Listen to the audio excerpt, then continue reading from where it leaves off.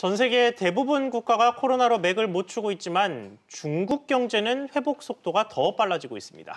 또 하나 주목할 건 중국 정부가 증시 상장과 퇴출 규정을 강화하고 부실기업 구조조정에도 박차를 가하고 있다는 점인데요. 중국 경제가 경기 부양과 체질 개선 두 가지 과제를 풀고 있다는 분석입니다. 관련해서 취재 기자와 이야기 나눠보겠습니다. 손석우 기자 나왔습니다. 손 기자, 경제만 놓고 보면 중국은 코로나 충격에서 완전히 벗어난 걸로 보여요. 네, 일단 어제 발표된 이 11월 중국의 산업 생산을 보면요, 지난해 같은 달보다 7.0% 증가했습니다. 시장 전망치에 부합했고요, 전달에 6.9%보다도 더 올랐습니다. 지금 화면에서 보시는 것처럼 연간 추세를 보면 코로나19 대유행이 최고조에 달했던 올해 1월과 2월 급락하는 모습을 볼 수 있죠. 이후에 V자 반등을 보였고 우상향의 완만한 회복세를 최근까지 이어가고 있죠. 이런 회복세는 수출 덕입니다. 지난달 중국 수출이 20% 넘게 증가를 했습니다. 네, 세계 경제가 전반적으로 안 좋은 상황인데 어디에 어떤 걸 팔았다는 건가요? 눈에 띄는 것은 의료 보호 장비, 그다음에 전자제품 수요가 급증했다는 것이 눈에 띄는 부분입니다. 여기에다가 또 중국 정부가 인프라 투자를 대거 확대하면서 소매 판매도 작년보다 5%나 더 늘었습니다. 중국 위안화의 강세 역시 중국의 경기 회복세를 여실히 보여주고 있는데요.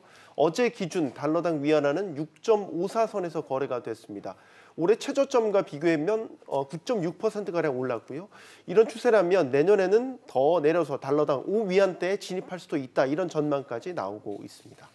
네, 그러면 이게 시계를 조금 더 과거로 돌려보면 사실 중국이 과거의 고도 성장을 조금씩 이제 내려놓고 6%대 성장률까지 좀 떨어져서 부진하다 이런 평가가 많지 않았습니까? 네. 그러면 이게 코로나19를 기회로 삼아서 반등을 잘 하면 그 이전보다 오히려 더 높은 V자 반등이 가능할 수도 있다 이렇게도 생각이 드는데 어떻게 전망이 나옵니까? 네, 최근에 또 관련된 성장률 전망이 나온 게 있는데요. 이 중국 관영 글로벌 타임스가 전문가 20명을 대상으로 내년 중국 경제 성장률에 대해서 설문조사를 했는데 평균 8.2%라는 결과가 나왔습니다. 네. 이 전망대로라면 10년 만에 최고치 성장률을 기록하게 된다는 얘기입니다.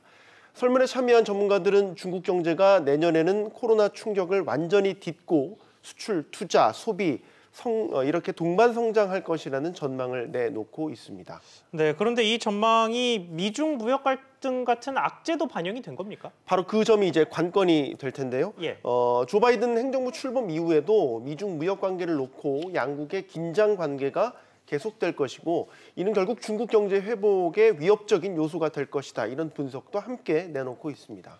네, 그리고 중국 경제의 또 다른 뇌관으로 이른바 부실기업이 지목돼 왔었는데요. 최근에 중국 정부가 이 부실기업 구조조정에도 열을 올리고 있다고요? 네, 올해 중국의 회사채 부도 현황을 보면요. 지난해보다 38%가량 더 증가한 것으로 최근 보고서가 발표된 바가 있습니다. 이 가운데 또 눈에 띄는 것은 국유기업 비중이 30% 가까웠고요. 또 신용등급이 A- 이상인, 즉 높은 등급의 신용등급을 갖고 있는 기업들의 비중도 50%가 됐습니다. 이처럼 중국 기업들의 회사채 부도가 늘어나는 것은 중국 정부가 부도를 그대로 용인하고 있기 때문이라는 분석이 나오고 있습니다. 즉, 부실 기업들을 퇴출시키는 구조조정이 이뤄지고 있다라는 얘기가 되겠죠. 아울러 또 최근 중국 상하이증권거래소와 선전증권거래소가 신규 상장 및 상장 폐지 규정에 관한 의견 수렴안을 공개했는데 이 새 규정은 부실기업 퇴출에 초점을 맞춘 더 강화된 기준이 적용돼 있다고 중국 현지 매체들이 보도했습니다. 중국 정부가 경기 회복과 동시에 이른바 포스트 코로나에 대비한 경제 체질 개선에도 나선 것이다. 이런 분석이 설득력을 얻고 있습니다. 네, 손 기자 잘 들었습니다.